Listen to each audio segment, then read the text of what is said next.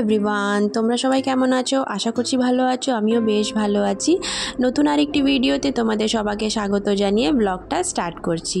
তো আজকে দিনটা হলো শনিবার, আর ঘড়িতে প্রায় একেন ওই 7টা নাগাদ বাজে। তো আজকে তো মেয়ের স্কুল ছুটি আছে, তো ঘুম থেকে উঠতে একটু দেরি করেছি। তার কারণ খুব একটা তাড়াহুড়ো তো নেই, আর ছুটির দিন তো বোঝোই যে একটু দেরি করে সবাই ওঠে। তো আমিও সেইভাবে একটু দেরি করে উঠেছি। আর তারপরে দেখো ওইদিকে ফ্রেশ হয়ে আর একটু চা বানিয়ে নিয়েছিলাম, চা খেয়ে নিলাম। তো আমাদের এইদিকে না ভীষণ মেঘলা মেঘলা হয়ে আছে, ঠান্ডা ঠান্ডা ব্যাপার আছে। তো তাই ঘুম থেকে উঠতেও খুব একটা ইচ্ছা করে না। আর ছুটির দিন তো জানো একটু ল্যাদ খেয়ে ওঠা হয়। তো যাই হোক, ওইদিকে চা খেয়ে নিলাম। আর এখন দেখো ব্রেকফাস্ট বানাতে চলে এসেছি। আর ওইদিকে মেয়ে না ঘুমাচ্ছে, তো ব্রেকফাস্টটা বানিয়ে নেবো, তারপরে ওকে ঘুম থেকে তুলবো। তো দেখো এইদিকে আজকে কি বানাচ্ছি জানো তো? গলা রুটি বানাচ্ছি। তো এইটাকে আমাদের এখানে গলা রুটি আমরা গলা রুটিই বলে থাকি। তো তোমাদের কি বলা হয় আমাকে অবশ্যই কমেন্টে জানিও। আমার মনে হয় গলা রুটিই বলা হয়, তো আমরা তো গলা রুটি বলি। তো যাই হোক, আমি ময়দা দিয়ে বানাচ্ছি। এটা আটা দিয়েও বানানো যায়, কিন্তু না আটা দিয়ে ভালো লাগে না। তো আমি ময়দা দিয়ে বানাচ্ছি। তো খুব একটা তো ময়দা এইসব খাই না, আর প্রত্যেক দিন তো ওই রুটি বানিয়ে থাকি। তো আজকে ভাবলাম ময়দা আছে, বেশ অনেক দিন ধরে ময়দাটা আছে, নষ্ট হয়ে যাবে। তো ভাবলাম ঠিক আছে গলা রুটি বানাই। তো গলা রুটি খেতে বেশ হাজব্যান্ড খুব ভালোবাসে। তো এই লুচি, গলা রুটি, পরোটা এইসবই খেতে বেশিরভাগ ভালোবাসে। কিন্তু না ওই ওয়ার্কিং ডেজের দিন না বানাতে পারি না। আর এইসব বানালে না অনেকটা সময়ও লেগে যায়, তারপরে মেয়েও খেতে চায় না।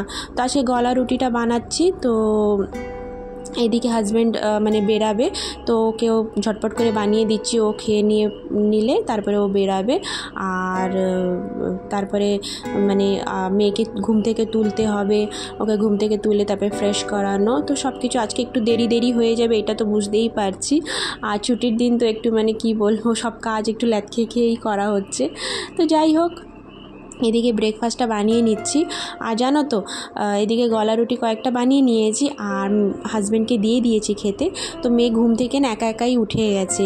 তো দেখো ঘুম থেকে উঠে না ওর বাবা যখন খাচ্ছিল, তো ওকে তো ফ্রেশ করিয়ে দিয়েছি। তারপরে ওকে ওর বাবা এক টুকরো না ওই গলা রুটি দিয়েছে, তো খেলোই না জানো তো। কি বলবো, এত কোনো জিনিস বানায় না, খেতে চায় না। ওই একঘেয়েমি যা খাবে, রুটি খাওয়া এইসবই খাবে। তো কি করব, তারপরে ওর জন্য কি হয়েছে, ব্রেকফাস্ট বানাতে হয়েছে। ওর জন্য আবার আমি বানালাম ওটস। তো একটা রান্না করেছি, ও যদি খায় তো খুব ভালো হতো।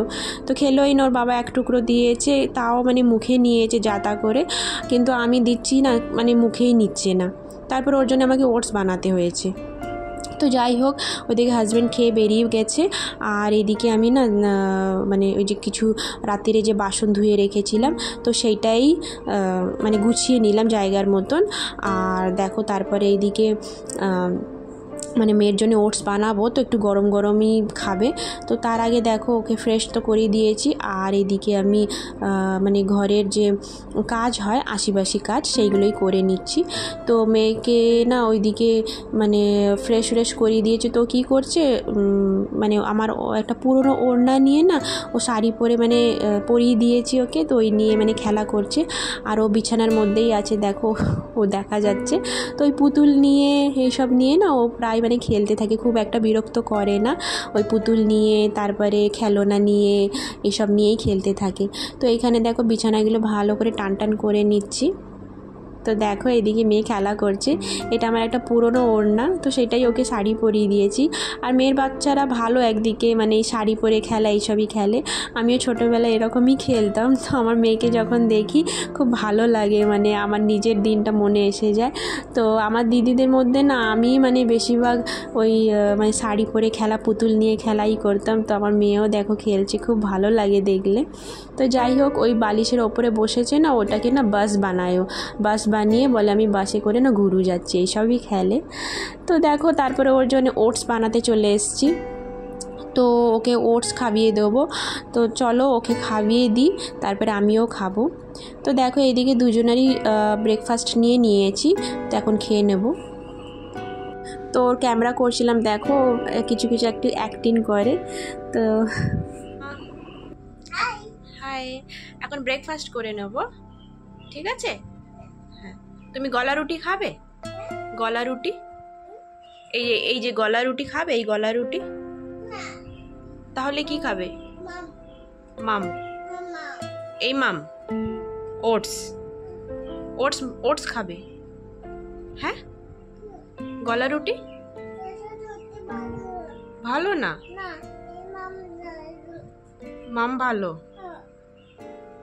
তো গাইস বুঝতে পারছো, মাম মানে ওই ওটস বানিয়েছি, তো এইটা নাকি ভালো, এইটা খাবে, গলা রুটি খাবে না, তাই তো? ঠিক আছে, চলো উঠে বসো, চলো মাম করে নি। হ্যাঁ দেবো। তো যাই হোক, ওইদিকে ব্রেকফাস্ট করে চলে এসেছি সোজা কিচেনে, দুপুরে রান্না করে নেব। তো মেয়ে ওইদিকে খেলা করছে, আর দেখো এইদিকে আমি আজকে রান্নাতে পনির বানাবো। তো দেখো ওইদিকে মটর আর পনির ফ্রিজ থেকে বের করে নিয়েছি, নর্মাল হওয়ার জন্য রেখে দিয়েছি। আর এইদিকে দেখো দু রকমের ক্যাপসিকাম কেটে নিয়েছি, আর গাজরও কেটে নিয়েছি। তো গ্রিন কালারের ক্যাপসিকামটা খুব একটা ছিল না, তার কারণ তার আগের দিন না ওই হাজব্যান্ড ম্যাগি বানিয়েছিল, তো ওর মধ্যে দিয়েছিল। তো আমার হাজব্যান্ড মাঝে মাঝে না কিছু কিছু বানায়, তো মানে ভালো লাগে। তো যাই হোক, ওইদিকে মশলাও করে নিয়েছি, আর এদিকে দেখো ডাল সিদ্ধ হয়ে গেছে, আর ডালের মধ্যে না ওই গাজর দিয়েছি অল্প, তো ওই মেয়ের জন্যই বানাচ্ছি। তো ওইদিকে দেখো ডালটা ফোড়ন দিয়ে নেব, তারপরে পনিরটা রান্না করব। আর জানো তো ওই যে পনিরের যে পেস্টটা বানিয়েছি, সেটা আমি কি কি দিয়েছি সেটাই শেয়ার করছি। তো ওইদিকে দিয়েছি একটা পেঁয়াজ, একটা টমেটো, সব কিছু কুচিয়ে নিয়েছি, আর কয়েকটা রসুন কলি দিয়েছি, আর অল্প আদা দিয়েছি, আর ওর মধ্যে কাজু বাদাম আছে, তো এটা ভালো করে পেস্ট করে নিয়েছি। তো যাই হোক দেখো এদিকে পনিরটা রান্না করা শুরু করে দিয়েছি। তো চলো তোমাদের সাথে একটু শেয়ার করি। তো এর আগেও আমি মানে পনির রান্নার শেয়ার করেছি আমার ব্লগে, তোমরা চাইলে দেখতে পারো ওইটা গিয়ে। তো দেখো এইদিকে ক্যাপসিকামগুলো খুব হালকা করে ভেজে নিচ্ছি, ভেজে নিলে না খুব ভালো লাগে। তারপরে পনিরটাও এদিকে দেখো ভেজে নিচ্ছি, আর আমাদের এইদিকে না পনির এরকম পিস করে পাওয়া যায়, তাই একটু ছোট ছোট পনির। তো তারপরে দেখো পনিরটা ভেজে তুলে নিয়েছি, আর এইদিকে সামান্য আর একটু তেল দিয়ে দিয়েছি, সাদা তেল দিয়েছি। তারপরে গোটা গরম মশলা ফোড়ন দিয়েছি, আর অল্প গোটা জিরেও দিয়েছি। তো তারপরে ওই ফোড়নটা হয়ে যাওয়ার পরে এতে যে পেস্টটা বানিয়ে নিয়েছিলাম সেই পেস্টটা দিয়ে দিয়েছি। তো পেস্টটা না অনেকক্ষণ মানে ভালো করে ভেজে নিয়েছি, যেহেতু এতে রসুন আছে।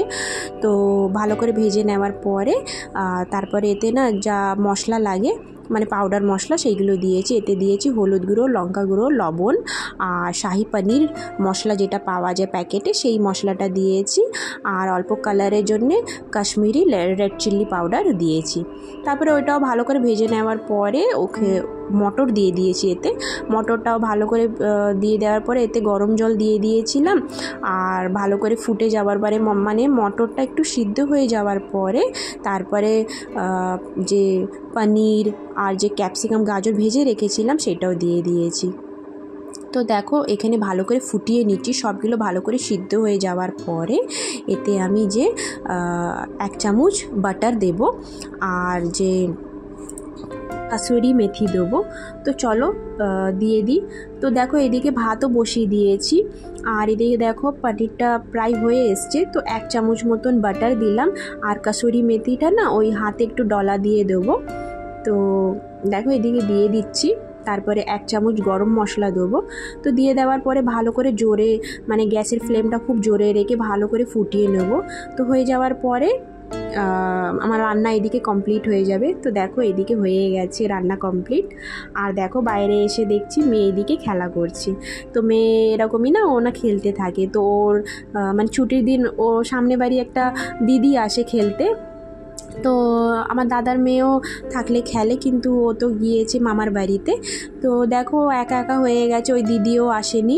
তো একা একা হয়ে গেছে। আসলে না এখন আমাদের এদিকে সবার পরীক্ষা চলছে, তো হয়তো পড়াশোনা করছেও। তো যাই হোক মেয়ে ওইদিকে খেলা করছিল। আর দেখো আমার পনিরও কমপ্লিট হয়ে গেছে। তো কালারটা খুব সুন্দর এসছে, আর খেতেও খুবই টেস্ট হয়েছিল। তো আমি এইভাবেই পনির বানিয়ে থাকি। তো তোমরা কমেন্টে জানিয়ে যে কেমন লাগছে দেখতে। তো তারপরে দেখো এদিকে দুপুরবেলা খাওয়া দাওয়া করে আর তোমাদের সাথে এইদিকে সন্ধ্যাবেলা দেখা করছি। তো এইদিকে সন্ধ্যাও দিয়ে দিয়েছি, আর এখন সন্ধ্যা দিয়ে দেওয়ার পরে এইদিকে আমরা একটু সন্ধ্যাবেলা যে টিফিন হয় সেটাই করে নেব। তারপরে মেয়েকে ওইদিকে পড়তে বসাতে হবে, ওরও সোমবার দিয়ে পরীক্ষা। তো দেখো এইদিকে সন্ধ্যাবাতি হয়ে গেছে, আর এইদিকে আমরা একটু টিফিন করে নেব। তো টিফিনে দেখো এইদিকে আমি চা বিস্কিট নিয়ে নিয়েছি, আর মেয়েকে দুধ আর চোখো দিয়েছি।